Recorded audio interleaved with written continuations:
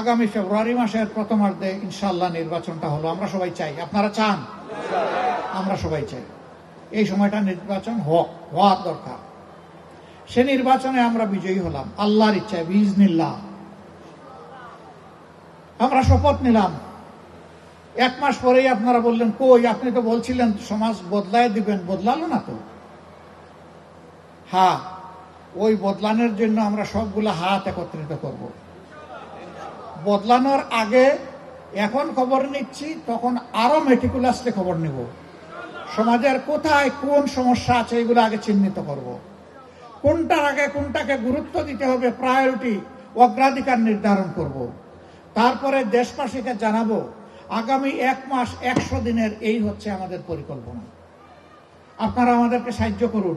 এই আমাদের বাজেট 100 দিন শেষ হওয়ার সাথে সাথে জনগণকে আবার জানাবো এই 100 দিনের জন্য যে পরিকল্পনা, যে বাজেট আমরা আপনাদের সামনে ঘোষণা করেছিলাম, এতটুকু পরিকল্পনা বাস্তবায়ন হয়েছে, এতটুকু বাজেট আমরা ব্যবহার করতে পেরেছি, এতটুকু আমাদের হাতে উদ্বৃত্ত রয়ে গেছে, এটা আমরা ব্যবহার করতে পারি নাই।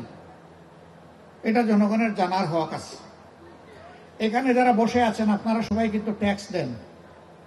আমার এই মাইকের আওয়াজ যাদের কানে যাচ্ছে তারাও ট্যাক্স দেন। বলবেন যে সমস্ত গরিব দুঃখী মানুষ আছে, বেকারি বুকানাঙ্গা আছে, আমার রিক্সা চালক ভাই বোন আছে, আমাদের গৃহে কাজে সহায়তা করে আমাদের বোনেরা আছে, তারাও কি ট্যাক্স দেয়? ইয়েস, তারাও ট্যাক্স দেয়। কষ্ট করে যে রুজি করে, তার পেট আছে, পিঠ আছে, পেট এবং পিঠের চাহিদা পূরণ করার জন্য তাকেও দোকানে যেতে হয়। ওখান থেকে জিনিস যখন কিনে তাকেও কিন্তু ব্যাট দিতে হয়, ভ্যালু অ্যাডেড ট্যাক্স। বাংলাদেশে কনভেনশনাল যে ট্যাক্স আদায় হয় তার চাইতে অনেক বেশি ট্যাক্স আদায় হয় এই ব্যাটের মাধ্যমে। তাহলে এখানে গরিব ধনী বলে কিছুই নেই, এই ট্যাক্সে সবাই অংশীদার। আজকে যে শিশুটি জন্ম নিচ্ছে সেও ট্যাক্স দেয়।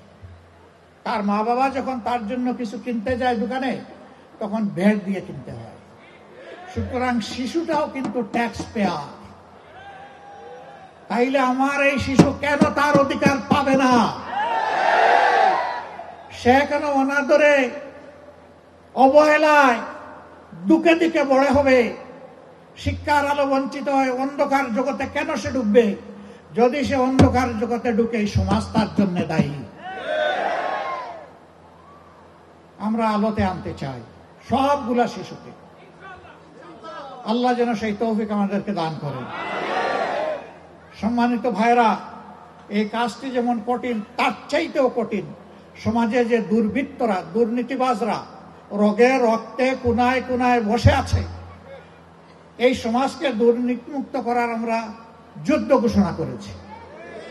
আমরা বলেছি সরকার আল্লাহ আমাদেরকে দিয়ে গঠন করাক, অথবা আমরা বিরোধী দলে থাকি, এই যুদ্ধ আমাদের চলবে।